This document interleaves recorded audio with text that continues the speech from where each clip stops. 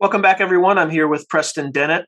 We're talking about the general topic of UFOs and the research that he's done on contactees and a number of other areas.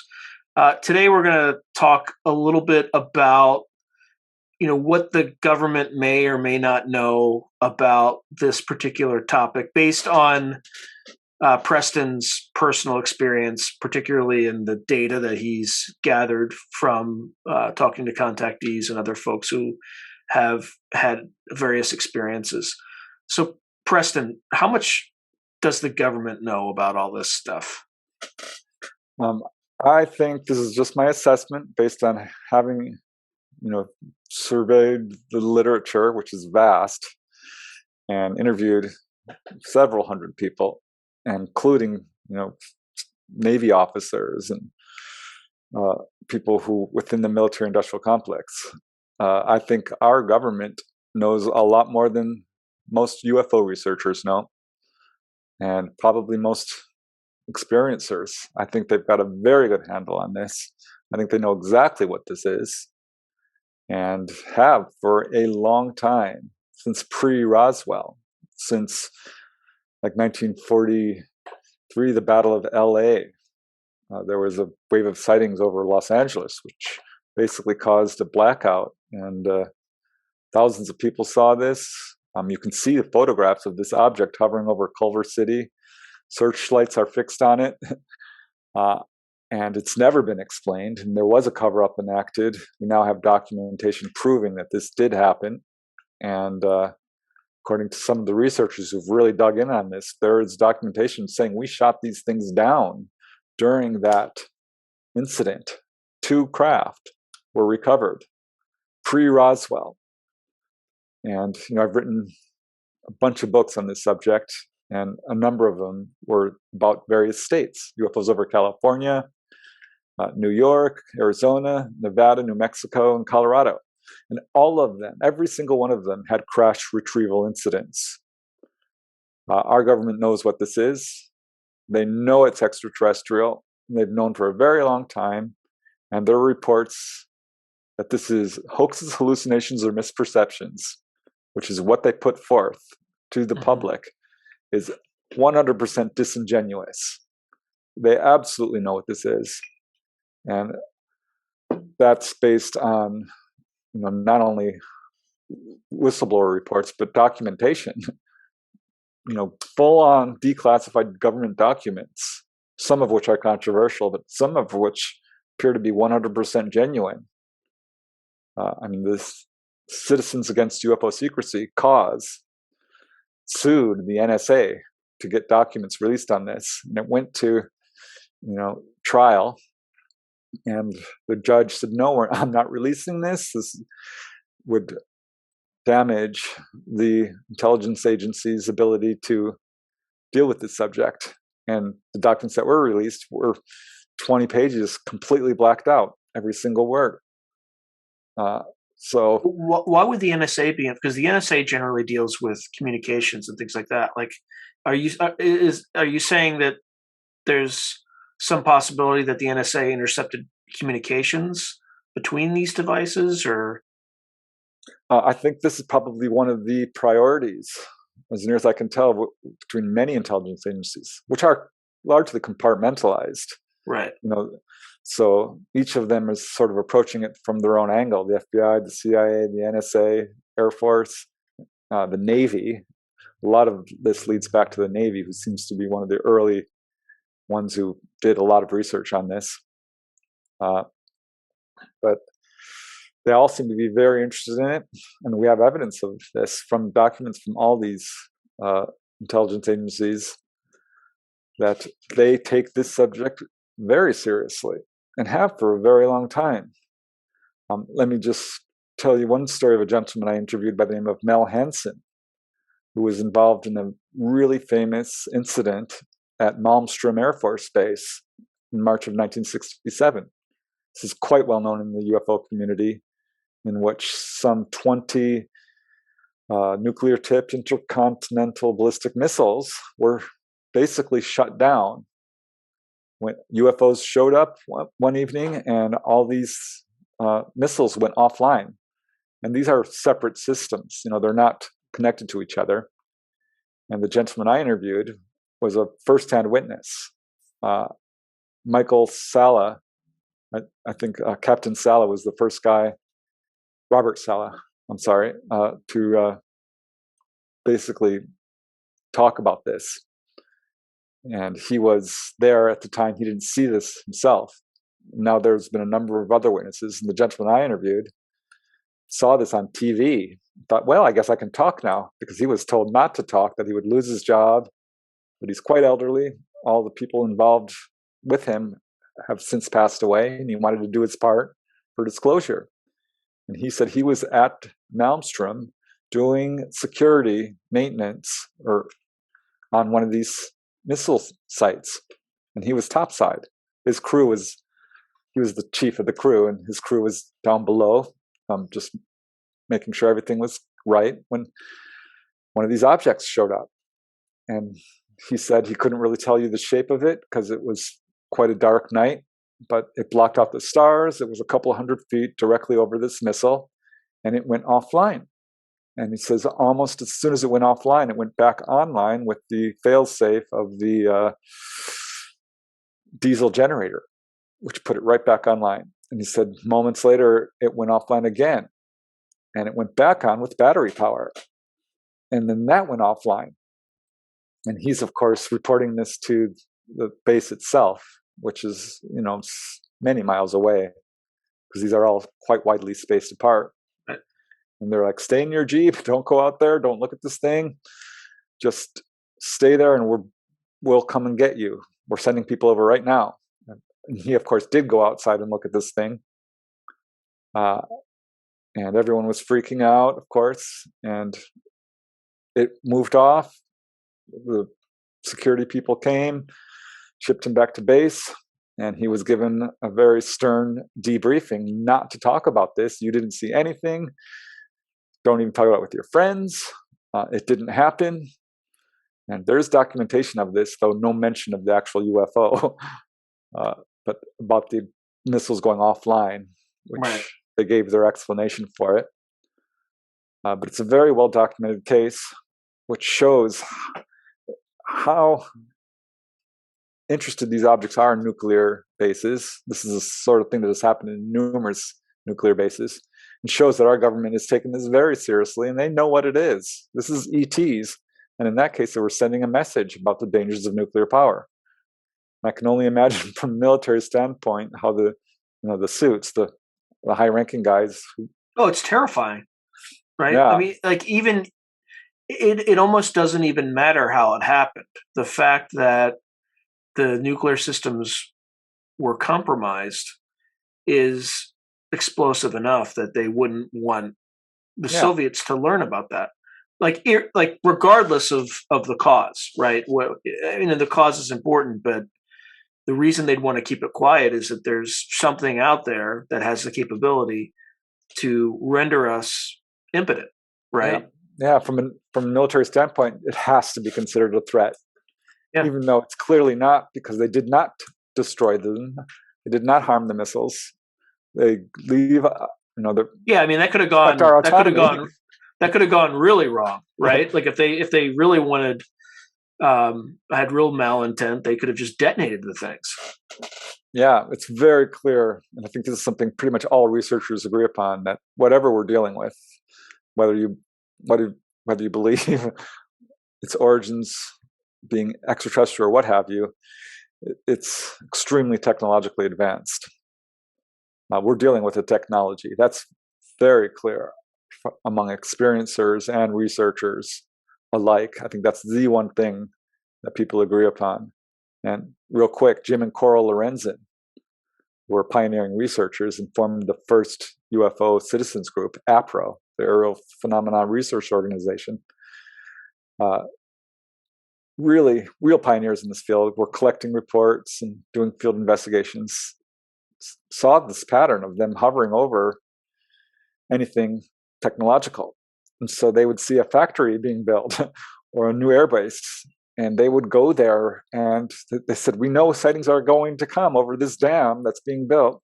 And sure enough, there would be a cluster of sightings. And this, again, speaks to who or what these things are and what their agenda is. Well, here's a natural question that would come from what you were just talking about. Do these UFOs also appear during conflicts? And the reason I'm asking, very obviously, is because what's going on right now between in Russia and Ukraine. So question one, do they appear more often during military conflicts? And then question two, have there been any sightings? Look, it's only been 16 or 17 days, but have there been any sightings in that conflict? Yes. Yeah, there was absolutely. I mean, if you look on the UFO Facebook groups, and there are some pretty compelling eyewitness reports of strange activity over the conflict in Ukraine right now. Oh, you're saying yes to the second question. Wow. Yeah. And yes to Vietnam. There's a huge number of reports during the Vietnam conflict. So yes, there does seem to be a connection there. It's not an area where I've done a whole lot of firsthand research. Right. Well, it's only, like I said, the conflict is 17 days old, right? So I'm surprised that they've been able to tabulate things that quickly. Yeah, Afghanistan had a whole cluster of sightings during a conflict there. This is absolutely something that does turn up. But again, that's something I follow, but don't research firsthand. I'm not super well connected to that. I'm mostly focusing on contactees, experiencers, where I think there's a lot of pay dirt in terms of information as to who these beings are and why they're here. But this is absolutely, it's clear that they're watching over all of this stuff very closely. And if you talk to the contactees, yes, this is a major concern of theirs, is our problems with our warlike ways. Do you think or have you, I should rephrase this question. Have you seen any data to indicate that there have been or has been contact between any of these entities and factions within the U.S. government or the U.S. government very broadly? Have you seen anything like that? Oh, yeah. Yeah. I mean, there's a story that's quite rampant in the field that President Nixon showed Jackie Gleason alien bodies at Homestead Air Force Base in Florida. There's that sort of thing. And a number of cases where these objects are hovering over Air Force bases of all kinds. Probably the granddaddy of the story like this is 1954 at Edwards Air Force Base with President Eisenhower, who disappeared supposedly during a golf tournament. And the press went crazy because they couldn't find him. And there were even press reports that he had died of a heart attack, which was withdrawn quickly. And he said, no, it's just a dental emergency. Researchers tracked down the dentist who said, no. I mean, this is a story that started having rumors flying around from day one that President Eisenhower and leaders in really all aspects of our society, Bishop McIntyre was there, supposedly Albert Einstein, leaders of, there's a rocket scientist, leaders of was that von Braun or a different rocket engineer? It was a different guy. I forget his name. But leaders in every aspect of society, from religion to science to UFOs and all these different people, politics, had supposedly arranged a meeting with ETs in, I think this was February of 1954 at Edwards Air Force Base. And rumors started flying out from the very beginning. And it's only just piled on.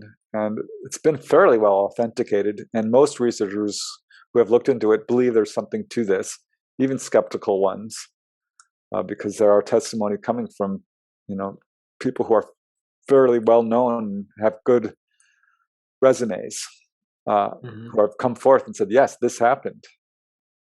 General Lovekin, who was an aide to President Eisenhower, has talked about this. And Don Phillips, a guy who was, a contractor in the military.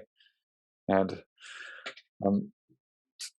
there's been a number of first-hand eyewitness testimonies of people who were there at that base, which said that basically UFOs landed, human-looking ETs came out, put on a display, showed how they could, turn their craft invisible, fly around real quickly, and there was apparently some sort of diplomatic discussion where we wanted their technology, and they said, no, we're not doing that. You need to stop what you're doing with your nuclear program.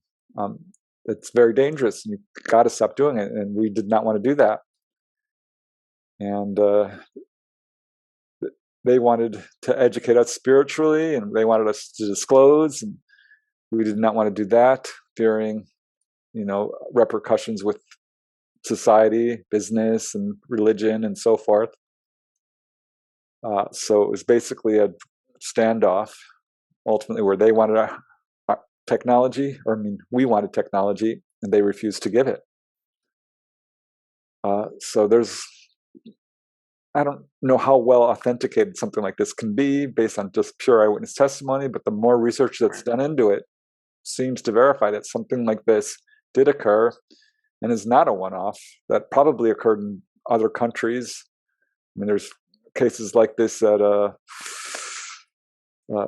White Sands, New Mexico, or Holloman Air Force Base, rather, and other Air Force bases. Rendlesham apparently had an incident like this in England. So this is something that does seem to have occurred, limited diplomatic relations. But as far as I can tell, there are talks about treaties. We exchange technology for allowing abductions to occur. This is a pretty strong rumor going through the field, and I have not been able to authenticate that. What's your gut say on that? That's just not real. It doesn't fit in line with their intentions. I'm coming from, my angle as a researcher into contactees. No, the ETs say that they did not do that. They have told people this. So I don't know. I can't say for sure. I tracked this down to a few researchers within the field who are put this forth. I don't know, but as far as I can tell, I have not found the evidence for that compelling. There's not really good reporting on it. There's good reporting on, diplomatic relations, but the actual so-called treaty, I have not found really compelling evidence for that. Me personally, my humble opinion, there are other researchers who may disagree, but I'm really trying to stick to the facts as we know it, because there's a million rabbit holes in this thing. It's so easy to speculate, and the stories get wild. It's wild enough already, with people being taken on board a craft and meeting, ETs. So I try to stick to the facts as best as I can and verify what you can. You've had, at least met briefly with the former Canadian Defense Minister. Is that right?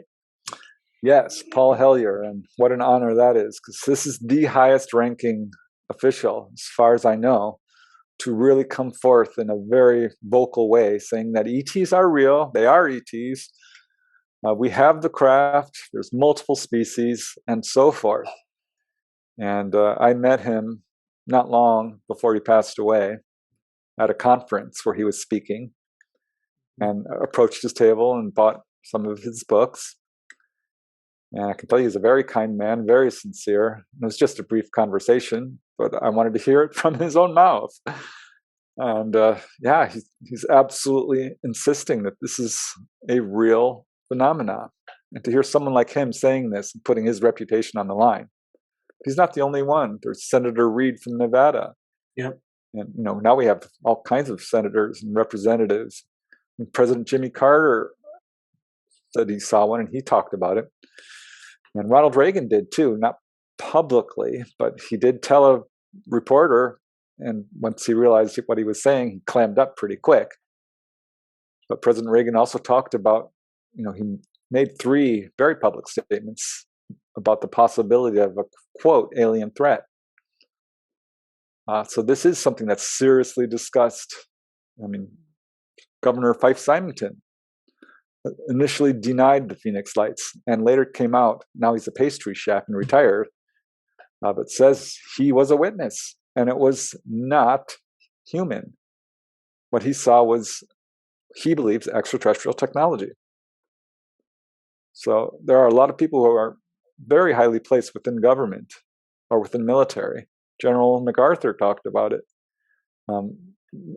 Lots of people within government. If you look into it, if you do your homework, I think you'll be shocked to see how seriously this subject is taken within government circles.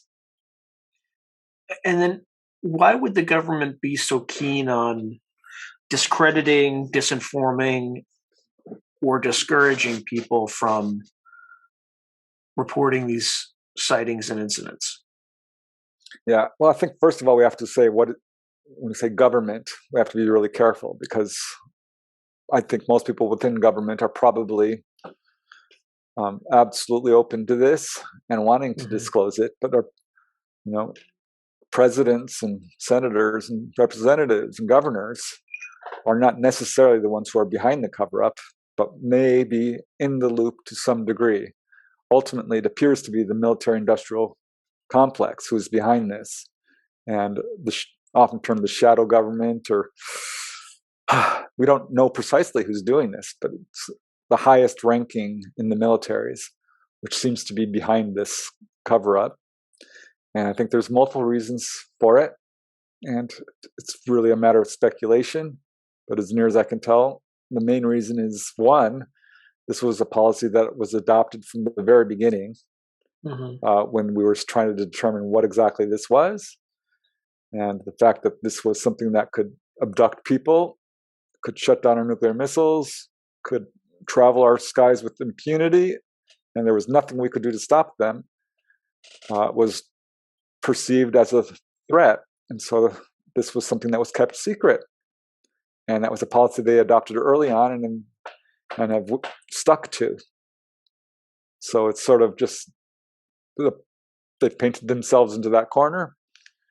And that's the way they've dealt with this from the beginning.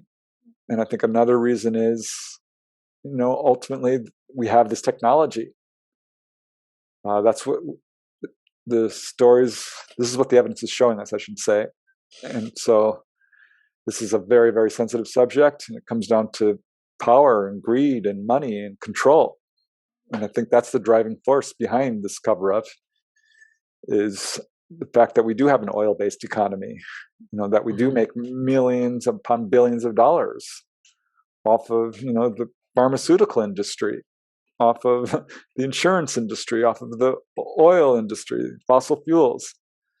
And all of that would be completely turned over by the release of alien technology, which could heal people of a wide variety of illnesses, which we're seeing among contactees, or free energy. This would rock religion to its core. This would be a real shakeup. And I think this is one of the driving forces behind the cover-up, which is ending to some degree. And I think what we're seeing now is disclosure, simply because our own governments have reached a point where it's saturated our society to the point where if they do not disclose, they will look like fools. The evidence is there. People know UFOs are real. The evidence speaks to this loud and clear. And for them to say there's nothing to this makes them look not credible. So they have to retain any control over people's perception of this phenomena, admit that there is at least something to it. I don't think they're disclosing out of the goodness of their hearts for the benefit of the people. And I'm not so sure they even have our best interests in mind, to be perfectly honest, just judging on the unequal distribution of wealth in our society and the divisiveness that's put forth, and the fact that we have companies who are selling war weapons to both sides and encouraging conflict. I'm concerned about this. So I am not so sure they really even want to disclose. It's a very difficult situation to wrap your head around why this cover-up is still in place.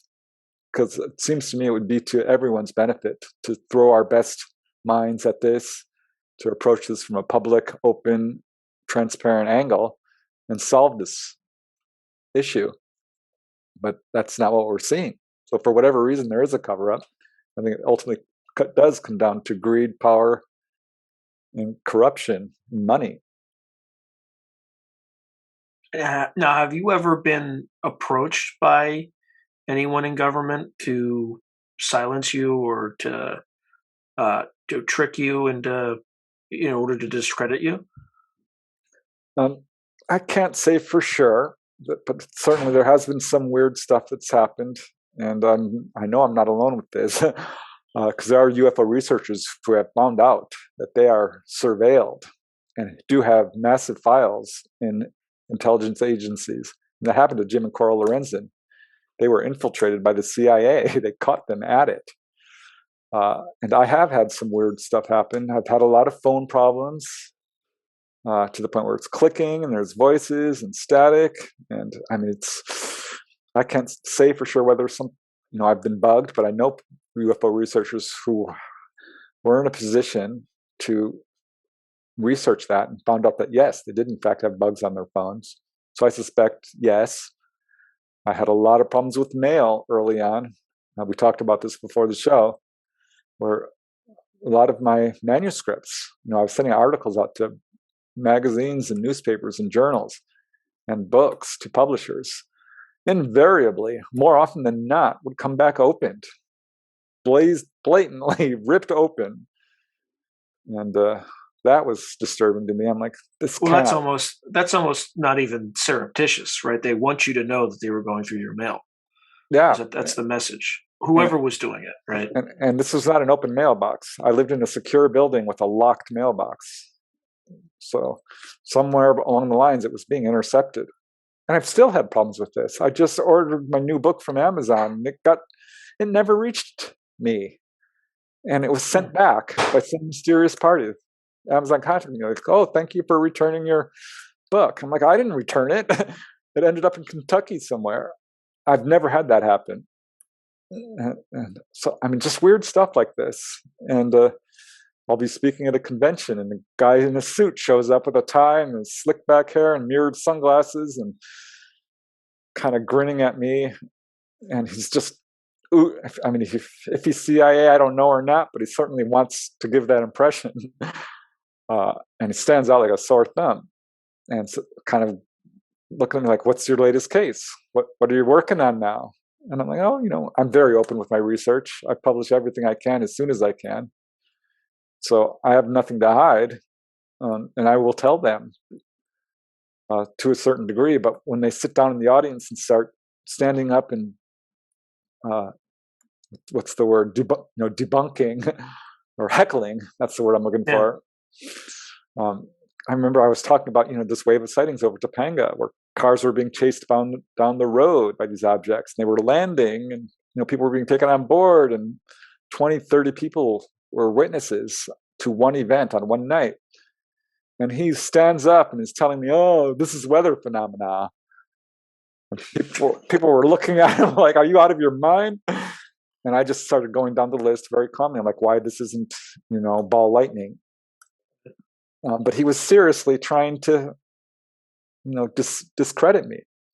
I think the ultimate, weird stuff. I remember one time I mentioned this to you. I'm pulling out of my condo, which was a little private drive, and trying to pull onto Van Owen. And this car comes to a screeching stop right in the middle of the road, and some guy takes my picture. I'm like, that was weird. Switzerland. I mean, I can't say for sure that I was the target, but he's pointing his camera at me. And my first thought was, like, is he taking a picture of the building? Is he a real estate agent? Is there someone next to me? Is there something going on? No, he was pointing the camera at me and then took off. That was weird to me. Yeah.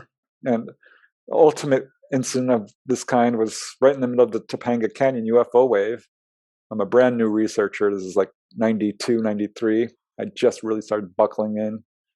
I'd become a MUFON field investigator. I'd given the police my number. I'd put up flyers. I was going door to door. I was hiking around there at night trying to see it myself, which I eventually did. And I've seen this stuff myself. Yeah, that was actually one of my last questions. If you've had any experiences, but let's finish this story, and then let's cover that story because I'm genuinely intrigued by that. Yeah, so I'm in the middle of this major wave, and I'm interviewing people right and left. I've got interviews lined up. And I'm talking to police officers. I'm talking to doctors and military guys, and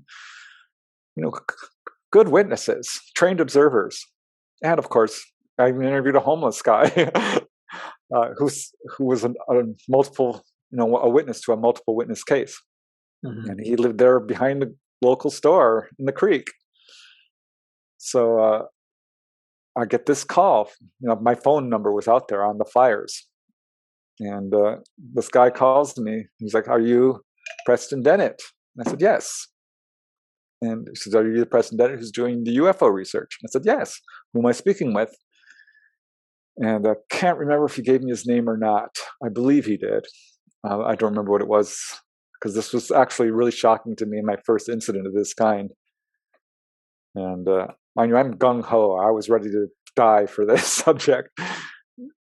Seriously, I believe in life after death. I feel like we're immortal beings. I don't care. Threaten me. That was my attitude as a very young man. You're all guts and glory when you're young. And so he calls me and he starts saying, "Oh, well, I am highly placed within the military." I'm like, "Oh, really?" He says, "Yes, I worked in Vietnam. I've got a top secret clearance. I did satellite mapping. I know my stuff." And he's going on about his position within the military. I'm like, "Okay, why are you contacting me?" He says, "You should not be studying UFOs. It's not what you think it is." I said, "Oh, okay. What is it?" And he says, "You're barking up the wrong tree. You don't know what you're getting into." I said, "Okay, what am I getting into?" And he says, "Well, it's not what you think it is." I'm like, "Well, you kind of already said that." He says, "You're barking up the wrong tree." I'm like, "Okay." And he kept talking in circles like this. Right. And he says, "What you're actually doing is very dangerous. You know that. You could get hurt." I thought, "Oh, is this guy threatening me?" Because that's what it was coming across as. I mean, he wasn't, outright threatening me, but this is it's implied. Yeah, absolutely implied. And I was actually a little bit flattered at this point. I'm like, "Oh, I'm being noticed. Who is this guy?" And we were just going back and forth with this. And finally, he says, "You shouldn't investigate this because there's no pay dirt in it." And this is when I wanted to really go at him and say, "No pay dirt, huh, chump? If there's no pay dirt, how can this possibly be dangerous? If there's nothing to this, then what's the problem?" For you to gain. Yeah. And that's when the conversation basically ended. So I just terminated the conversation at this point. And so, yeah, there's been some limited, what I think would be interference. And I suspect that, there are files kept on all UFO researchers, and that to some extent I am surveilled. Because I've talked to contactees, and they've had their houses broken into, and their hypnosis tapes stolen, or their photographs stolen. One lady I'm working with, I watched it happen. We had gone to a UFO conference, her first ever, because most contactees don't really follow this phenomena. And we had rented a little Airbnb, and this car comes swooping in and blocks the driveway. And I'm, look, Dolly. And she's like, "See, this is what I live with. I'm telling you, this is something that I live with daily." Because she has a lot of experiences. She proved her case to me. She called a UFO down. Yeah, tell me about that. Like, you investigate these cases. Have you had any personal experiences related to the phenomena? Yeah, that was my first thing when I'm like, "Oh, this is real. This is in my family. This tracks families." I have 2 nephews who've seen it, 2 sister-in-laws who've had very close encounters. My brother, have I? don't think so.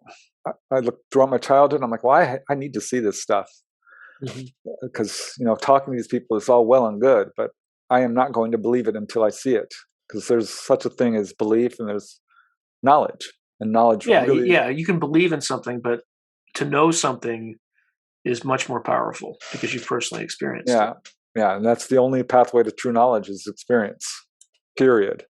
You won't know until you've experienced it. And that's just what it comes down to. It's an unfortunate fact of life.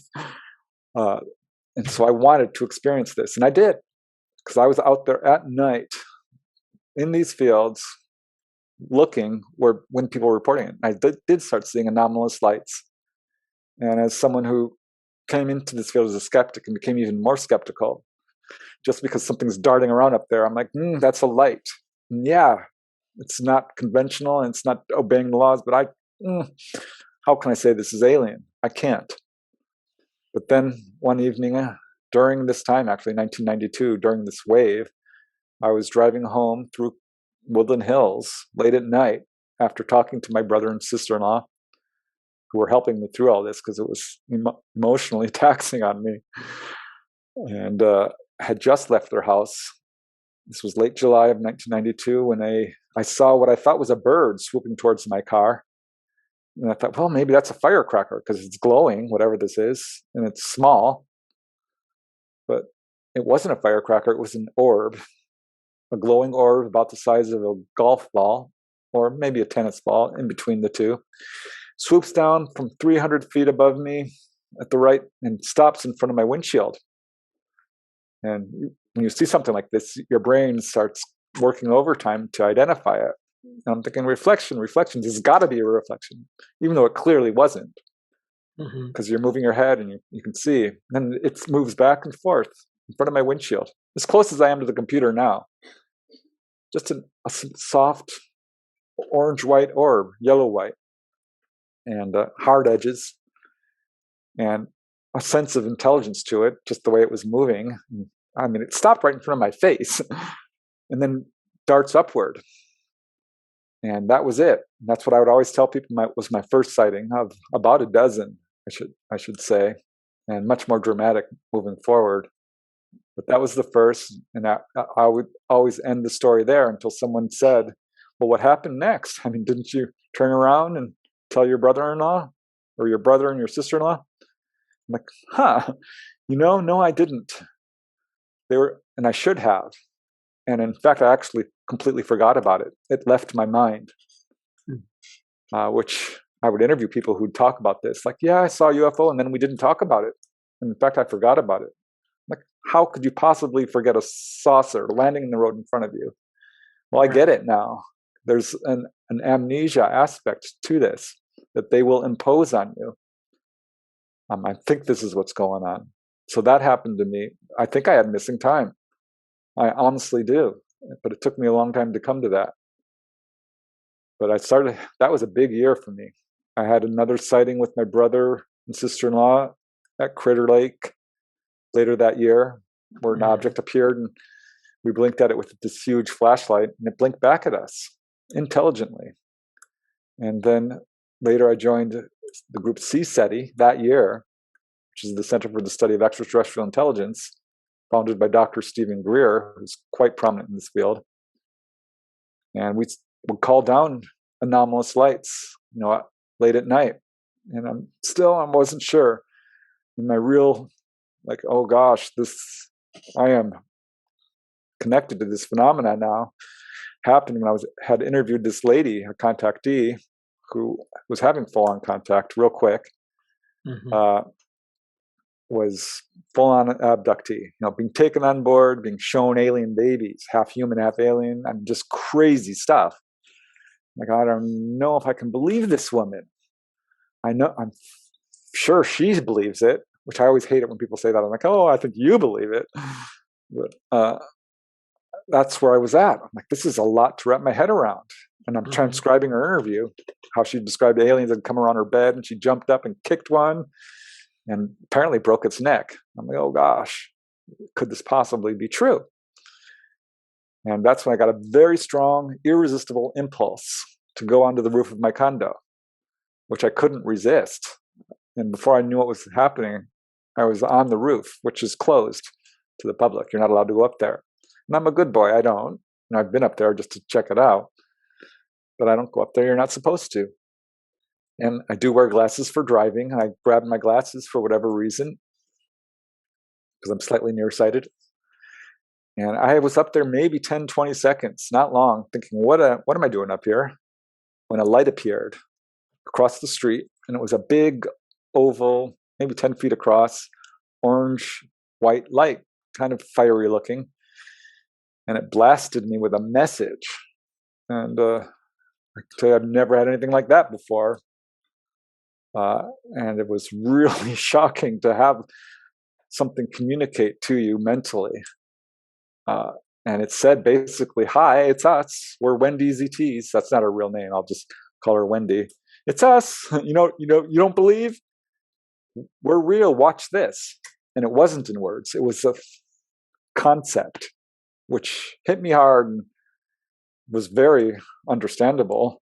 It's like, "Hi, it's us. You don't believe? Watch this." That was the message.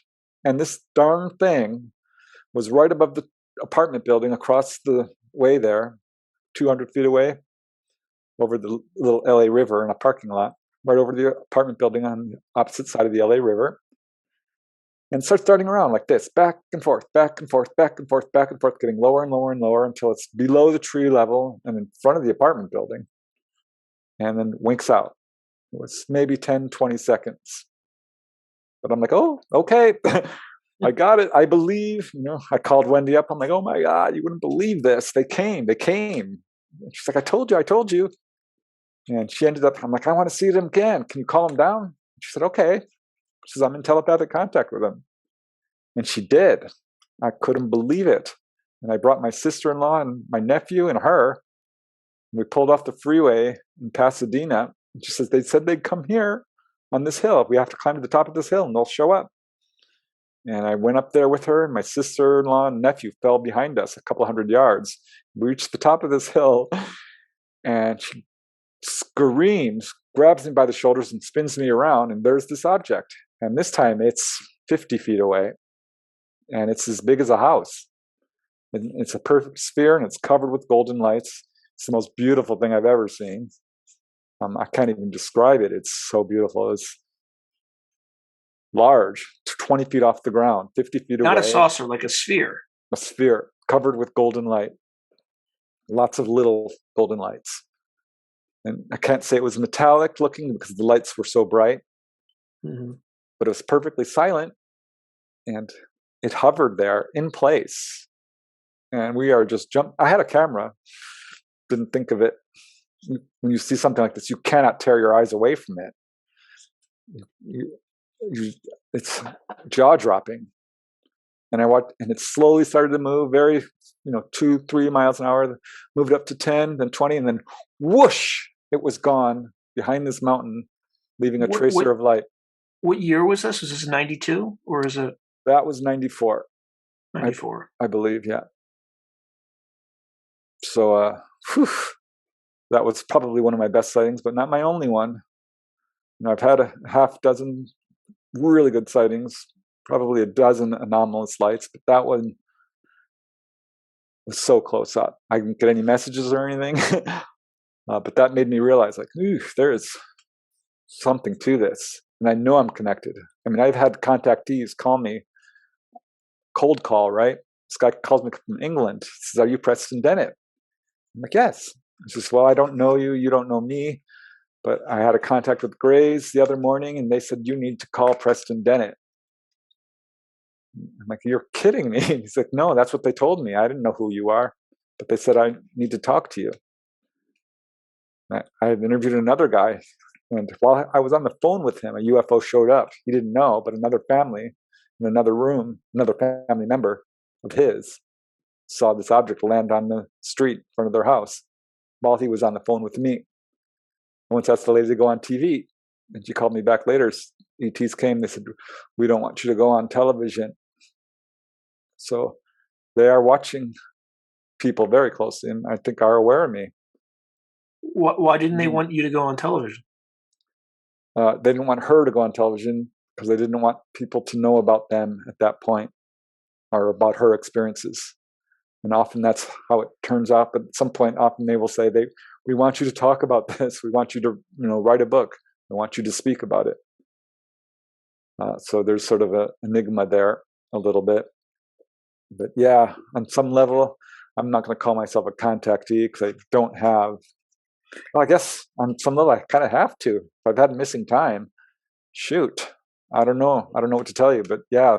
Well, I mean, the interest, look, as I mentioned, either in this episode or a previous episode, I've never, to my knowledge or memory, have never had any strange experiences like this. But if, given the work you've done, I could understand why they would know you and kind of want to encourage it, because you're just documenting all these experiences. And yeah, after that happened, I started surveying other researchers. So I thought, is this a thing? If you investigate them, do they investigate you? Yes, absolutely. This is well known in the UFO community. Ed Conroy, a mainstream journalist, tackled the Whitley Strieber story, wanted to see if it was a hoax or not, and he ended up being abducted. So, yeah, if you investigate them, watch out. Watch out, Sean. On that note, well, there's another just random question. You may never have heard this before. You may have, but I found it somewhat intriguing. In the Bob Lazar kind of stories, he claims that in the literature that he examined, because when he took on a job at S4 to work on, allegedly work on these extraterrestrial craft, he read like a briefing, and apparently the ETs referred to humans as containers. Are you familiar with this? Yeah. What's your theory behind? I'm glad I asked that question, because it sounds ominous, but I can think of a bunch of other descriptions or theories that it's not necessarily an ominous thing. What's your take on what that means? And yeah, well, I can't disagree with it. I feel like we are containers. People talk about life here on Earth, and this is it. We are human beings, biological beings. As a initially a materialist, that was my belief. Life is an evolutionary accident, and we die. Ashes to ashes, dust to dust, and it's done. I don't think that that's the case now, having researched all of this stuff. This is not demons, by the way. I looked into demonology. Demons are probably real, but it's not UFOs. We are biological beings, but we have a spirit.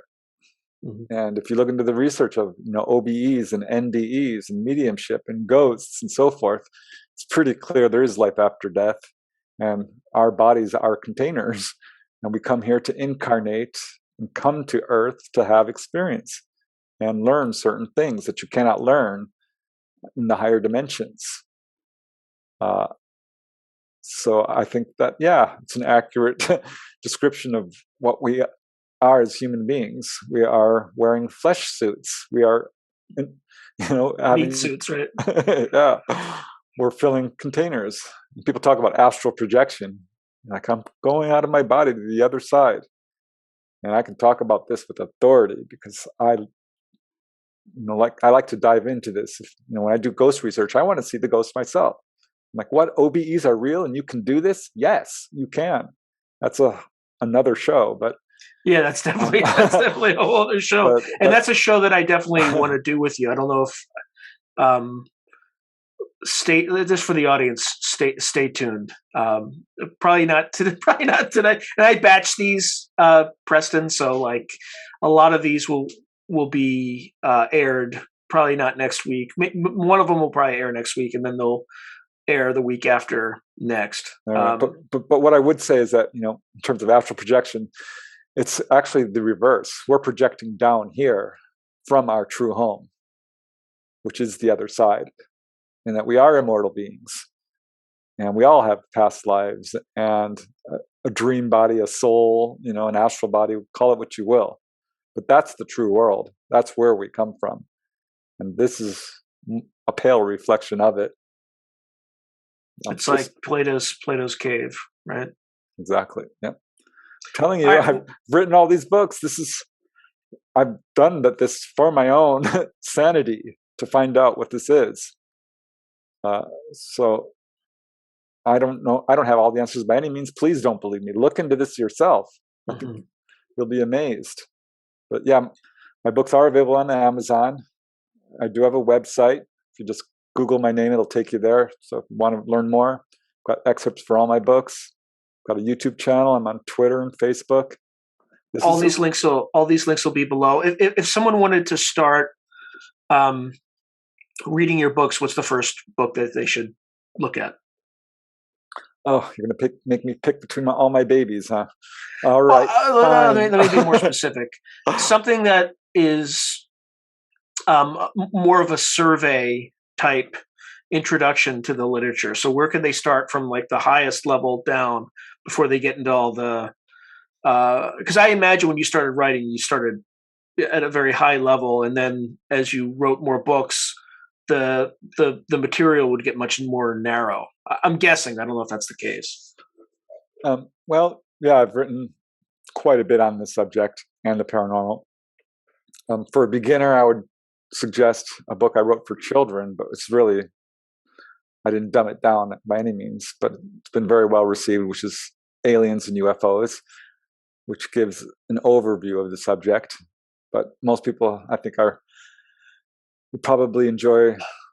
My favorite book would be Onboard UFO Encounters, because that one talks about people who've been taken on board, and that's the whole theme of I think it's 15 different accounts. That's my favorite book and probably my most successful. But yeah, there's a lot of them to choose from. I love the book I wrote about healing cases because that's unique and shows a really benevolent side. But I also wrote one about UFOs hovering over schoolyards, and that was shocking to me because that's something I found out just recently was a thing. I had no idea, but that is absolutely one of their agendas. So yeah, I've covered all different aspects of this phenomena, so there's a lot to pick and choose from depending on your interest.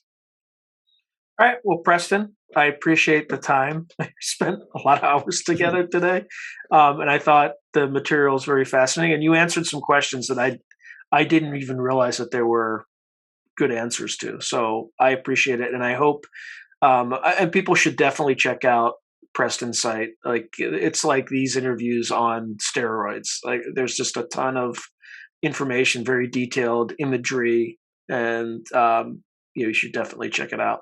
So thank you again, my friend. It's always a pleasure. Hey, I really appreciate it. Thank you, Sean. See you soon. All right.